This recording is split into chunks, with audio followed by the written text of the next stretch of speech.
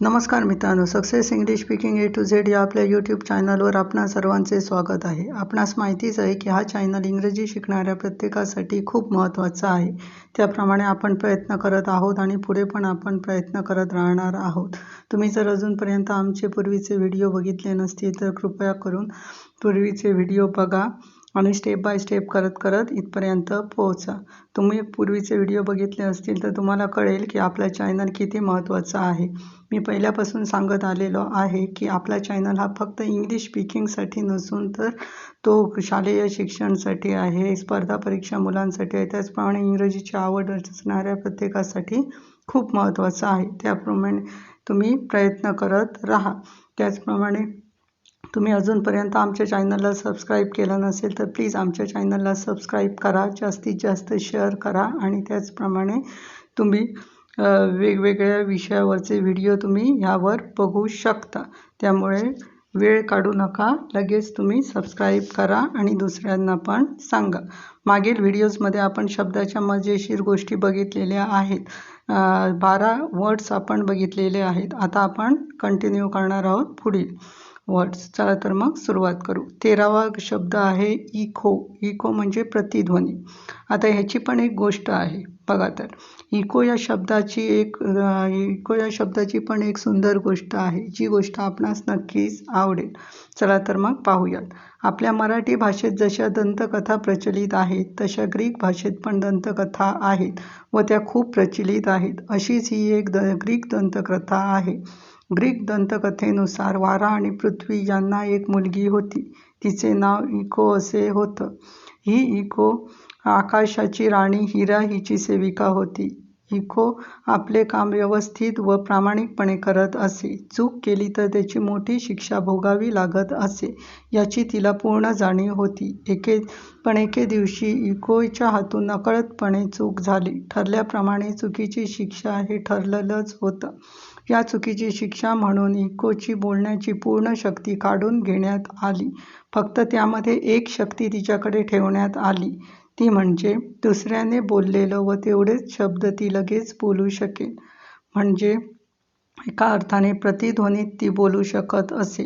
त्यामुळे तिच्या नावावरून आपल्याला इको, प्रतिध्वनी हा शब्द मिळाला.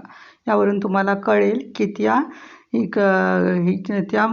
इको या मुलीमुळे आपल्याला काय मिळालेलं आहे, इको हा शब्द मिळालेला आहे. आता आपण बघणार आहोत नेक्स्ट 11. 11 म्हणजे 11. 11 हा शब्द पण खूप प्राचीन असा एंडेलोफेन या शब्दापासून तयार झाला आहे. आता त्याचं कसं आहे तर आपण ज्याप्रमाणे हाताची बोटं मोजतो त्याचप्रमाणे पूर्वीच्या काळी पण बोटं मोजण्याची पद्धत खूप प्रचलित होती. पूर्वीच्या काळात लोकांचा व्यवसाय हा शेती, शेळी, मेंढी पालन असा असायचा. धनगर शेळ्या घेऊन चरायला जायचा व शेळ्या मोजायच्या झाल्या की तो हाताच्या बोटांनी मोजायचा. हाताला फक्त 10 बोटं असतात, हे आपणास माहितीच आहे. धनगर 10 पर्यंत हाताने शेळ्या मोजू शकत असे, पण 10 पेक्षा जास्त असतील तर त्याची तारांबळ उडायची. म्हणून 10 नंतर एक शिल्लक राहिली की तो एंडेलोफन असं म्हणायचा. त्यावरून पुढे एंडेलोफनचं 11 झालं व आपणास 11 हा शब्द भेटला. 11 म्हणजेच आपले 11. तसंच 12चं म्हणत असाल तर त्याचं पण तसंच आहे. हीच गोष्ट आहे. म्हणजे 10 नंतर 2 मोजायचे झाले तर त्याच्यासाठी धनगर काय करायचा, 12 म्हणायचा, म्हणजेच 2 राहिले. या सर्वाचा विचार करून 12 हा शब्द तयार झाला. म्हणजे 11 आणि 12 असेच तयार झाले. 11 कसा एंडेलोफेनपासून तयार झाला आणि 12 हा 12 पासून तयार झाला. आता 15 नेक्स्ट बघणार आहोत एपिक्युअर. एपिक्युअर म्हणजे चैनी विलासी मनुष्य.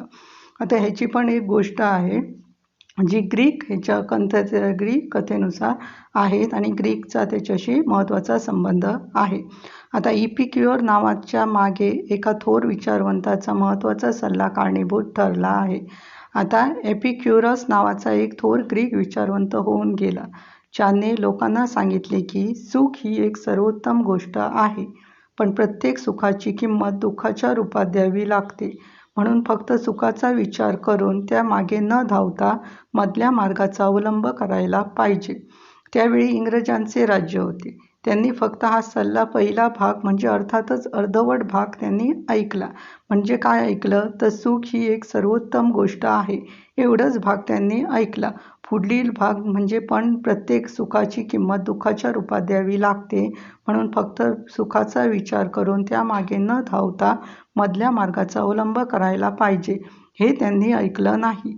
फक्त सुख ही एक सर्वोत्तम गोष्ट आहे हे ऐकलं आणि त्याचाच अर्थ घेऊन त्यांनी चैनी आणि विलासी माणूस म्हणून एपिक्युअर हा शब्द केला म्हणजे झाला आणि त्याच्यामुळे तो सर्व जगाला मिळाला. त्याच्यानंतर नेक्स्ट आहे गॉर्गन. गॉर्गन म्हणजे कुरूप भीतीदायक स्त्री. आता ह्याची काय गोष्ट आहे तर गॉर्गन शब्दाच्या मागे एक ग्रीक भाषिक गोष्ट आहे. कशी आहे तर काही लोकांना मेंडुसा हे नाव माहीत असेल. मेंडुसा म्हणून एक व्यक्ती होती, स्त्री महिला होती. तिचं नाव माहीत असेल की नसेल, पण ही गोष्ट प्राचीन आहे आणि ग्रीक भाषिक आहे.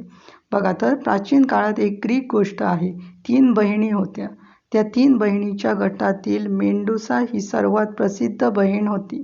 या तिघी बहिणी इतक्या कुरूप म्हणजे गॉर्गन्स होत्या की त्यांच्याकडे पाहणारा दगड होऊन जायचा.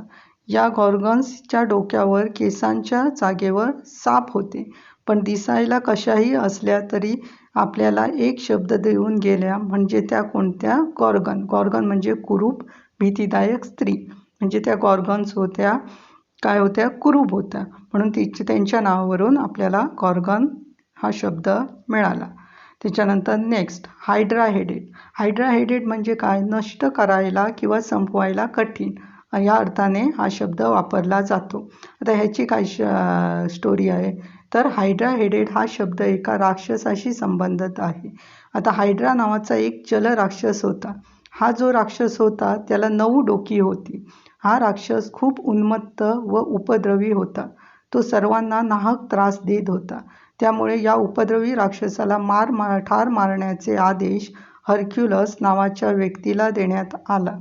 हा राक्षस खूप शक्तिशाली होता व या राक्षसाला मारणे एवढे सोपे पण नव्हते, कारण त्याचे मुख्य कारण होतं की त्याचं एक डोकं उडवल्यावर त्या ठिकाणी लगेच दुसरं डोकं यायचं.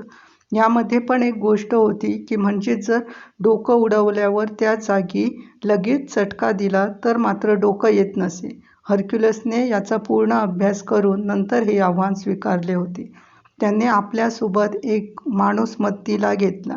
डोकं उडवल्याबरोबर त्या माणसाने त्या ठिकाणी चटके दिले, त्यामुळे तिथे डोके आली नाहीत व तो राक्षस ठार झाला. अशा प्रकारे मोठ्या पराक्रमाने त्याने राक्षसाला ठार मारले. तो राक्षस मेला, पण आपल्याला नाव रूपाने शब्द देऊन गेला. तो शब्द म्हणजे हायड्रा हेडेड. हायड्रा हेडेड म्हणजे नष्ट करायला किंवा संपवायला कठीण, असं हे ह्याची स्टोरी आहे. त्याच्यानंतर 18वा शब्द आहे लिओपर्ड. लेपर्ड म्हटलं तरी चालेल, लिओपर्ड म्हटलं तरी चालेल, म्हणजे चित्ता. आता लेपर्ड हे नाव 2 शब्दापासून बनले आहेत आणि आपणास माहितीच आहे की ग्रीक लोकांपासून आपल्याला बरेचसे शब्द मिळाले आहे. जेव्हा ग्रीक लोकांनी, हा पण ग्रीक लोकांशीच संबंधित आहे, जेव्हा ग्रीक लोकांनी चित्त्याला पहिल्यांदा पाहिलं त्यावेळी त्यांना तो थोडा वाघासारखा आणि थोडा सिंहासारखा दिसला, म्हणून त्यांनी सरळ त्याला लेपर्ड्स म्हणून टाकलं. यातील अर्थ पाहिला तर लिओ म्हणजे सिंह आणि पर्ड्स म्हणजे वाघ असा होतो. याच शब्दावरून आपण इंग्रजीमध्ये कमी करून आपण सर्वजण त्याला लेपर्ड, चित्ता असे म्हणतो. म्हणजे कोणापासून मिळाला? ग्रीक लोकांपासून. म्हणजे त्यांना तो कसा वाटला? वाघ आणि सिंह यासारखा वाटला. त्याचं दोघांना मिळून हा शब्द तयार झाला. त्याच्यानंतर नेक्स्ट मंडे म्हणजे सोमवार. आता सोमवार हा 7 वारापैकी एक वार आहे, हे आपणास माहीत आहे. सूर्याचा वार म्हणून संडे असल्यामुळे चंद्राचा पण एक वार असायला पाहिजे, असं होऊन मंडे हा वार आला. पूर्वीच्या काळी इंग्लंडमधील लोक ही अंधश्रद्धाळू होती. त्यांचं असं म्हणणं होतं की चंद्र ही सूर्याची पत्नी आहे, पण पत्नीच्या नावाने पण एक नाव असायला पाहिजे, म्हणून आपल्याला एक शब्द मिळाला मंडे. फरक फक्त एवढाच आहे की आपण मुंडे म्हणायचं सोडून मंडे असं म्हणतो. यावरून आपल्याला मंडे सोमवार हा मिळाला. त्याच्यानंतर नेपोटिझम 20. नातेवाईकांना महत्त्वाची पदे, चांगल्या नोकऱ्या वगैरे देऊन दाखवलेली वशिलेबाजी किंवा अधिकाराच्या स्थानाच्या सत्तेचा केलेला असा गैरवापर, असा नेपोटिझम होता. आता पण नेपोटिझम हा मुद्दा खूप महत्त्वाचा आहे आणि येतोच. आता पूर्वीच्या काळापासून काय आहे, तर पूर्वीच्या काळापासून हा शब्दाचा वापर केला गेला आहे. ख्रिस्ती धर्माशी याचा खूप जवळचा संबंध आहे. कसा, तर पूर्वीच्या काळी पोप म्हणजे ख्रिस्ती धर्मगुरू चर्चमधील जी महत्त्वाची पदे आहेत ती सहसा आपले नातेवाईकांना द्यायचे, जसे की भाचा, पुतण्या यासारख्या जवळच्या लोकांना द्यायचे. त्याचं कारण काय होतं, तर धर्मगुरू लग्न करत नसत, त्यामुळे त्यांची मुले नसल्यामुळे ते आपल्या नातेवाईकांना संधी देत असेल. लॅटिन भाषेमध्ये भाचा आणि पुतण्यासाठी कुठला नेपोटिस हा शब्द वापरला जातो लॅटिन भाषेमध्ये, त्यामुळेच या प्रथेला नेपोटिझम म्हटलं जायचं. आपल्या अधिकाराच्या जोरावर महत्त्वाची पदे किंवा मोठ्या नोकऱ्या बाजीने आपल्याकडे ठेवण्यात यायच्या व आताही तेच चालू आहे नेपोटिझम. मध्ये मध्ये खूप महत्त्वाचे मुद्दे येतात नेपोटिझममध्ये. त्याच्यामध्ये आपल्यामध्ये इंडियामध्ये नेपोटिझममध्ये काय येतं, तर पॉलिटिक्स येतं, परत बॉलिवूड येतं, असं वेगवेगळे विषय म्हणजे सर्वांमध्ये नेपोटिझम चालतं. म्हणून हा महत्त्वाचा शब्द आहे आणि आपल्याला आता तो माहीत असेलच, कारण आता जनरली खूप महत्त्वाचं आहे आणि दररोजच्या याच्यामध्ये आपण कुठे ना कुठे नेपोटिझम वाचतच आलेलो आहोत. वंश परंपरा म्हणजे आपल्याच जागेवर दुसऱ्याला म्हणजे आपल्याच नातेवाईकाला वगैरे आपण काय करायचं, नियुक्त करायचं, असे हे शब्द आहेत. हे झाले 20 शब्द. अजून पण थोडे शब्द आहेत ते आपण तिसऱ्या व्हिडिओमध्ये पाहणार आहोत. तुम्हाला जर व्हिडिओ स्टोरी आमच्या आवडत असतील तर प्लीज आम्हाला लाईक करा, त्याचप्रमाणे सबस्क्राईब करायला विसरू नका आणि तुमच्या मित्रमैत्रिणींशी पण जास्तीत जास्त शेअर करा, म्हणजे त्यांनाही त्याचा फायदा होऊन जाईल. तुम्ही आमच्या अदर सोशल मीडिया नेटवर्कवर प्लॅटफॉर्मवर तुम्ही भेट देऊ शकता. आमचं फेसबुक पेज आहे इंग्लिश स्पीकिंग विथ स्वप्नील, स्मिताचा भाऊ. त्याच्यावर पण व्हिडिओज आणि त्याचप्रमाणे काही प्रमाणात आम्ही फोटोज दिलेले आहेत. त्यामध्ये इंग्रजीची बरीचशी माहिती आहे, तिथे पण तुम्ही भेट देऊन ते वाचू शकता. तिथे पण आम्हाला फॉलो आणि लाईक करायला विसरू नका. त्याचप्रमाणे तुम्ही प्रतिलिपी अकाउंट पेज स्मिताचा भाऊ या नावाने आहे, तिथे आपण आम्ही सिरीज कथा वगैरे टाकत असतो, तिथे पण तुम्ही जाऊन वाचू शकता. त्याचप्रमाणे आमच्या पेजला फॉलो करायला विसरू नका. आता आपण भेटणार आहोत नेक्स्ट व्हिडिओजमध्ये. तोपर्यंत धन्यवाद.